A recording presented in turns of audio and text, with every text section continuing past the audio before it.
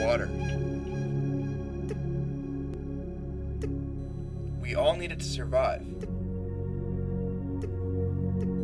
But what if your source of water was also the source of your family's prosperity? What if it was also the source of all the food that you ate? This digital story will take you on a journey to the Mekong River of Southeast Asia, where this is exactly the case.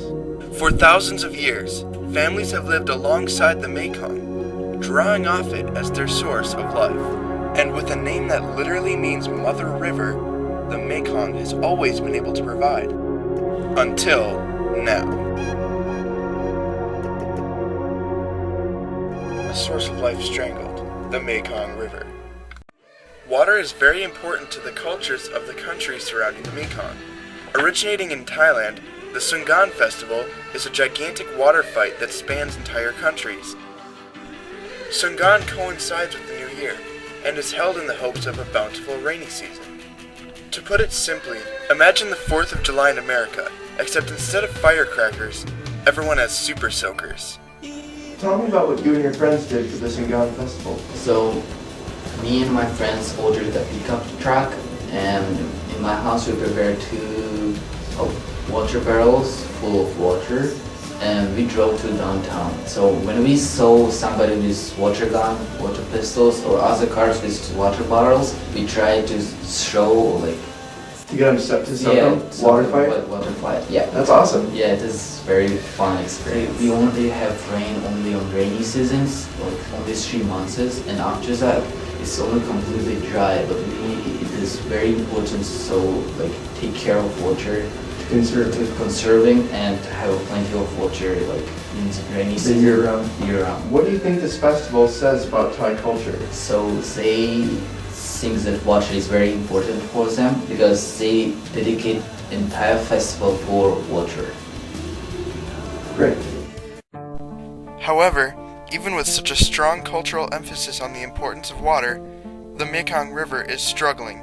It took students actually up to Chiang Rai, which is in northern Thailand, 2 years ago, and we visited with an NGO up there, and they are organizing. I'm sorry, NGO? Non-governmental organizations. Okay. And we met with them, and they were explaining to us what was going on with the Mekong River and how the families are impacted by the changes there. The problem began in 1996 when China built its first dam on its stretch of the Mekong. There are now 3, with a 4th due to be completed in 2012. One might wonder what the problem is with only 3 hydroelectric dams. After all, there are almost 40 locks and dams on our own Mississippi River. The difference is that the Mekong has over 60 million people dependent on it for water, food, and transportation.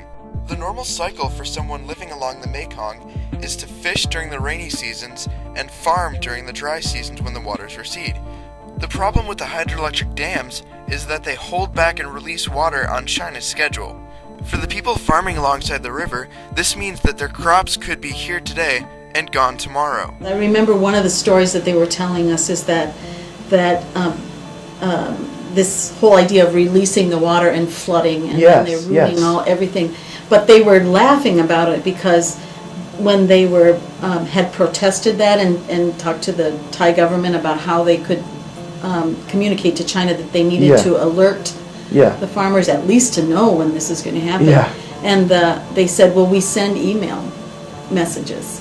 Or it's on the web or something. Well, sweet. I'll just check it on my BlackBerry. Yeah, I was going to say, you know, the literacy level of rural Thai farmers is not very high, and they don't have access to technology. And I just thought, how, they check that box, but they really had very little regard, I think, for how it was impacting. The head of this agency or this organization was talking to us about what's in the news now is a lot about China damming up the river upstream, so it's affecting it downstream.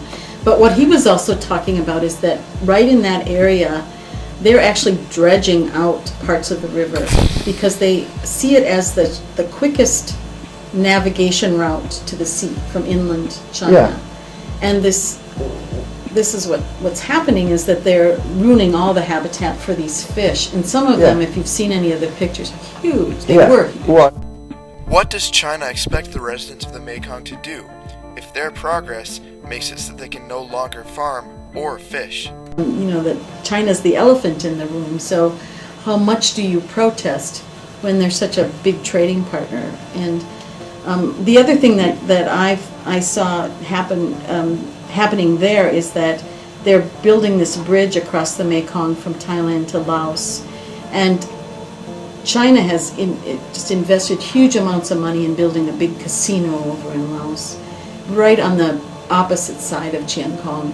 And they were hoping this footbridge is able to get people back and forth, both for being customers but also for jobs. And I think it's kind of in some ways an end around about, well, we're destroying this, which is your livelihood, but we're going to build this casino and you'll have jobs. Well, you can imagine what kind of jobs that brings into an area, and what kind of other social challenges that a casino brings in, you know. Just maybe a little bit of a stereotype, but they're worried, and that was in their own words, drugs and prostitution and all those things that come along with that kind of.